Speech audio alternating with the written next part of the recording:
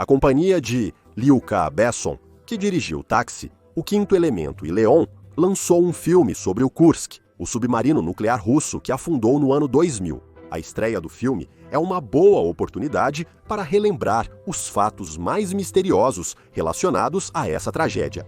Vamos começar com alguns detalhes breves e terminar com as versões mais impactantes. Então, vamos lá. 2 dias após o naufrágio do Kursk, houve uma visita totalmente inesperada a Moscou do diretor da CIA. Oficialmente, anunciou-se uma visita planejada, mas ela não constava na agenda do diretor da CIA. A entrevista do presidente da Rússia com Larry King causou uma repercussão inédita. A pergunta sobre o que aconteceu com o submarino, Putin responde de forma enigmática, sorrindo. Ela afundou.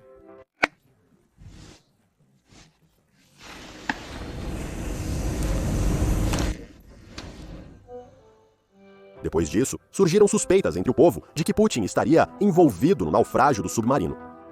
Sergei Darenko foi demitido após programa no canal Pro-Kursk. Depois desse caso, ele nunca mais voltou plenamente à televisão. Os colegas chamaram esse episódio de jornalismo da mais alta qualidade e, ao mesmo tempo, de suicídio profissional de Sergei Darenko. A comissão, criada pela Duma estatal para investigar as causas da tragédia, foi dissolvida sem sequer realizar uma única reunião. Marinheiros sobreviventes do 9º compartimento, após a explosão, deixaram bilhetes de despedida antes de falecerem. Natasha e Sasha, se estiverem lendo esta carta, significa que não estou mais presente. Amo muito vocês. Natasha, perdoe-me. Sashulia, seja um homem. Beijo forte em vocês. O Reino Unido e a Noruega ofereceram ajuda após a tragédia, mas a Rússia recusou. Depois de uma semana de tentativas frustradas de resgate, a Rússia autorizou marinheiros noruegueses a ajudar na recuperação dos corpos e documentos sigilosos. Até hoje, é difícil avaliar essas ações naquele momento. Se a ajuda internacional tivesse sido aceita, talvez alguns submarinistas poderiam ter sido salvos. A versão oficial afirma que o submarino que estava no fundo tinha uma inclinação de 60 graus, somados à baixa visibilidade e ao mar agitado.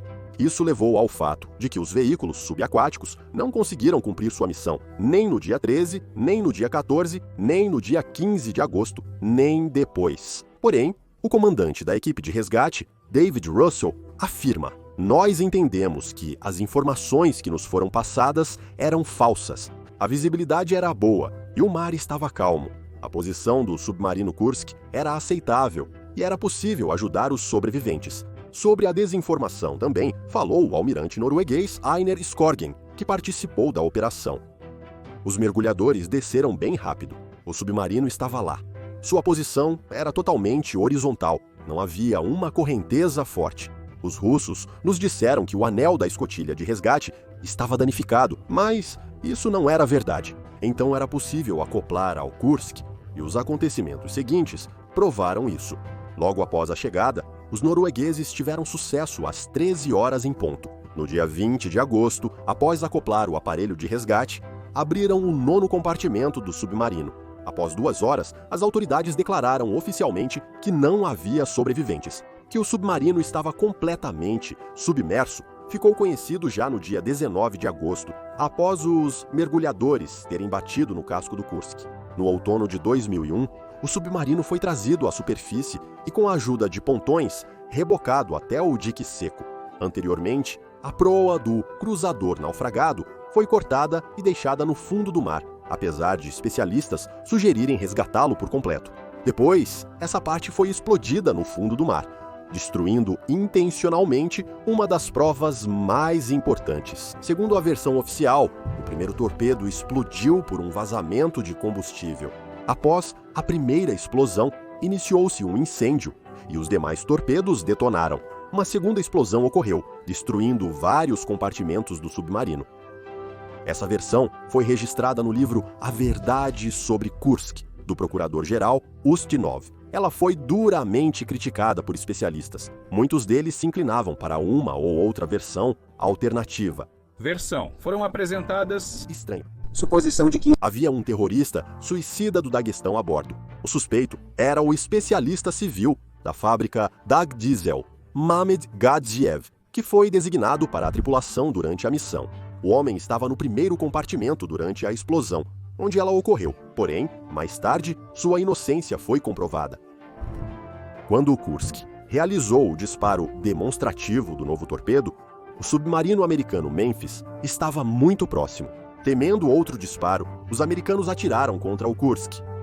Essa versão, apoiada por especialistas estrangeiros, sugere que Putin estava ciente dos acontecimentos, mas ficou em silêncio para evitar um confronto militar com os Estados Unidos da América. Mencionou-se até o suposto tipo do MK-48, o exame do submarino Kursk, que só foi possível após o corte da parte dianteira e o reboque da parte restante do submarino para o dique seco, alimentou ainda mais essa versão. No lado direito do submarino Kursk é claramente visível um buraco com o metal do casco externo leve da embarcação amassado para dentro ao redor dele. Veja o que disse sobre isso o experiente submarinista, capitão de primeira classe Anatoly Pavlovich Ilyushkin. O torpedo, disparado contra o Kursk, atravessou o casco leve e resistente do submarino, explodindo dentro do segundo compartimento. Esse é um fato incontestável, mas a explosão não poderia destruir outros compartimentos do submarino. Eles foram destruídos pela segunda explosão após a detonação de todo o armamento de torpedos que estava no Kursk. Esse é o segundo fato incontestável, do qual decorre o terceiro. 2 torpedos foram disparados contra o Kursk. Contudo, é exatamente com esse buraco nas fotos amplamente conhecidas que está relacionada mais uma versão, a qual analisaremos por último. Houve também uma versão sobre a colisão do Kursk com um submarino americano naquele dia, baseada em imagens de satélite. Uma semana após o incidente com o submarino Kursk, o submarino americano Memphis foi visto em docas de reparo na Noruega. Próximo ao local do desastre com o submarino Kursk, uma boia de emergência de fabricação estrangeira foi encontrada, mas não pertencia ao Kursk. Porém, nenhuma avaria típica foi encontrada no casco do submarino Kursk. Os submarinos americanos, tanto o Memphis quanto o Toledo, não possuem em sua construção partes salientes que poderiam deixar no casco da vítima um orifício redondo com cerca de 1 metro de diâmetro. E mesmo se a colisão ocorresse, pouco do Memphis restaria para reparos. É como se um Zaporozhets colidisse com um KAMAZ, comentou Igor Baranov, projetista do Kursk, sobre essa versão. Vamos voltar ao orifício. De acordo com a versão, segundo o perito técnico Yuri Antipov, danos desse tipo não correspondem a um ataque de torpedo com uma torpedo de combate real. No espaço entre o casco leve e o casco resistente do Kursk, deveria ter havido uma explosão da torpedo atacante. Nesta foto, a seção do revestimento do casco, leve com aquele característico orifício, foi removida. Em um ataque ao Kursk, por um torpedo, mesmo do tipo cumulativo, que perfura o revestimento. Teoricamente, é possível um buraco redondo se formar no casco externo leve do submarino. Porém, após perfurar o casco externo, o torpedo deveria explodir, e certamente veríamos vestígios da explosão no espaço entre o revestimento leve e o casco resistente do Kursk. Porém, eles não existem. Os compartimentos dos mísseis de cruzeiro estão intactos, rompidos, mas não destruídos por uma grande explosão, e os pequenos tubos não foram arrancados. Além disso, a explosão no Kursk foi registrada por um grande número de estações sísmicas, por cientistas sismólogos. Com base nos sismogramas, foi analisado um pequeno período de tempo que antecedeu o principal evento no Kursk, e foi descoberto que, 135 segundos antes da poderosa explosão, os instrumentos registraram um abalo mais fraco.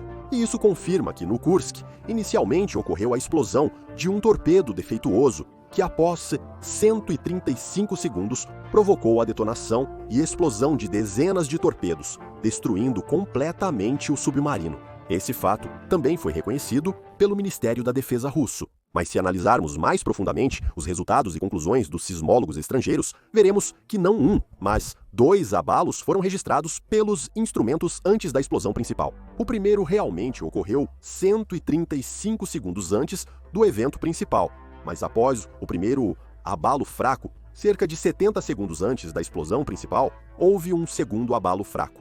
E por algum motivo, os especialistas ocidentais não o perceberam. O objeto que deixou o orifício entrou no casco não em um ângulo reto, mas de lado, como se estivesse perseguindo o submarino. Isso é evidenciado pelo formato oval do orifício. Simultaneamente, ele se movia submerso quase paralelo ao casco do submarino. Segundo o perito técnico Yuri Antipov, apenas um torpedo Shkval poderia ter feito esse tipo de orifício. Na verdade, é um míssil subaquático com motor a jato. Segundo essa versão, o submarino nuclear Kursk, em profundidade de periscópio conforme a missão, posiciona-se para lançar um torpedo Shkval no mar de Barents. Ao mesmo tempo, a proa do submarino está voltada para oeste-noroeste para não lançar o torpedo na direção de outros navios que participam do exercício. No horário agendado, o submarino Kursk dispara o torpedo de treinamento Shkval sem carga explosiva, conforme planejado no exercício. O objetivo é demonstrar a alta velocidade do equipamento e o curto tempo até o alvo designado. Durante o deslocamento ao alvo, ocorre uma falha. É possível que o torpedo colida de raspão com o alvo, ou mais provavelmente, com um dos submarinos americanos que estavam de prontidão na área. O ponto positivo é que o submarino Memphis deixou lentamente a área do exercício e passou por reparos depois. De qualquer forma, essa primeira colisão foi registrada por sismólogos 135 segundos antes da explosão no Kursk. E após a primeira colisão, o torpedo, desviado por um ricochete, segue em direção ao Kursk. O segundo abalo sísmico registra sua colisão com o Kursk. Depois da colisão, restam apenas 75 segundos até o submarino Kursk explodir. É exatamente nesse período que o combustível espalhado da torpedo Shkval, que entrou no compartimento de torpedos, provoca um incêndio local com temperatura de queima muito alta, mas ainda não é a explosão principal dos torpedos. Assim, parte da tripulação, percebendo a inutilidade de lutar pela sobrevivência do compartimento de torpedos naquelas condições, consegue deixá-lo nesse período. Uma das poucas desvantagens do torpedo Shkval é que ele não pode atingir alvos que estejam a mais de 30 metros de profundidade. O que o capitão do submarino nuclear Kursk, Kliatin, poderia fazer sabendo que um torpedo desgovernado e muito barulhento começou a retornar? Restavam apenas alguns segundos para reagir. Nesse caso, ele tomou a única decisão certa, mesmo que inicialmente parecesse incomum. De acordo com a documentação regulamentar, submarinos desse tipo não podem descer a profundidades onde restem menos de 80 metros entre o casco e o fundo do mar. Isso se relaciona ao fato de que as bombas do sistema de resfriamento do reator não podem sugar sedimentos do fundo. Mas o Kursk, estando em águas rasas, começou a submergir de forma tão emergencial que nem teve tempo de fechar as escotilhas e as plataformas da ponte de comando. O capitão Liatin, ciente de que o Shkval não alcançaria o Kursk se estivesse a mais de 30 metros de profundidade, deu a ordem contrariando o regulamento. Para o mergulho de emergência, as hélices foram acionadas em velocidade máxima e os lemes de profundidade de popa ajustados para o mergulho mais rápido possível. O fato a seguir sugere que o sistema de propulsão operava em velocidade máxima. Os mergulhadores que participaram do resgate do Kursk observaram que o submarino estava no fundo com as pás das hélices muito entortadas. Após o impacto com o fundo do mar, os lemes de popa estavam na posição de mergulho máximo. Mas o Kursk, apesar das tentativas, não conseguiu submergir a tempo. Ele era lento demais em comparação com o torpedo veloz que vinha em sua direção. De acordo com essa versão, o submarino Kursk afundou junto com toda a tripulação devido a uma trágica coincidência durante os testes de uma nova arma. Sugerimos discutir nos comentários o quão próxima da realidade essa versão está. Talvez haja espectadores que saibam mais e possam fornecer um quadro técnico completo da tragédia que ocorreu. É possível que o diretor da CIA tenha vindo a Moscou por um motivo totalmente distinto. É a inconsistência da versão oficial que se torna o ponto de partida para todas as versões alternativas. E tem mais uma coisa. Recentemente, soube-se de outro acidente no aparelho subaquático com instalação nuclear Locharik, resultando em 14 vítimas fatais. Entre os mortos, havia 7 capitães de primeira patente, 3 capitães de segunda patente, 2 de terceira, um capitão-tenente e um tenente-coronel médico. 2 dos falecidos são heróis da Rússia, 3 são tricampeões da Ordem da Coragem. Se no ano 2000, os militares, cercados pela imprensa independente, tiveram que mentir e omitir, então em 2019 já é possível simplesmente não dizer nada. Tudo o que sabemos oficialmente é a lista dos mortos e as declarações oficiais de que a causa do incidente foi um incêndio. Provavelmente nunca saberemos nada sobre as causas e circunstâncias da morte dos 14 submarinistas. Por hoje é só.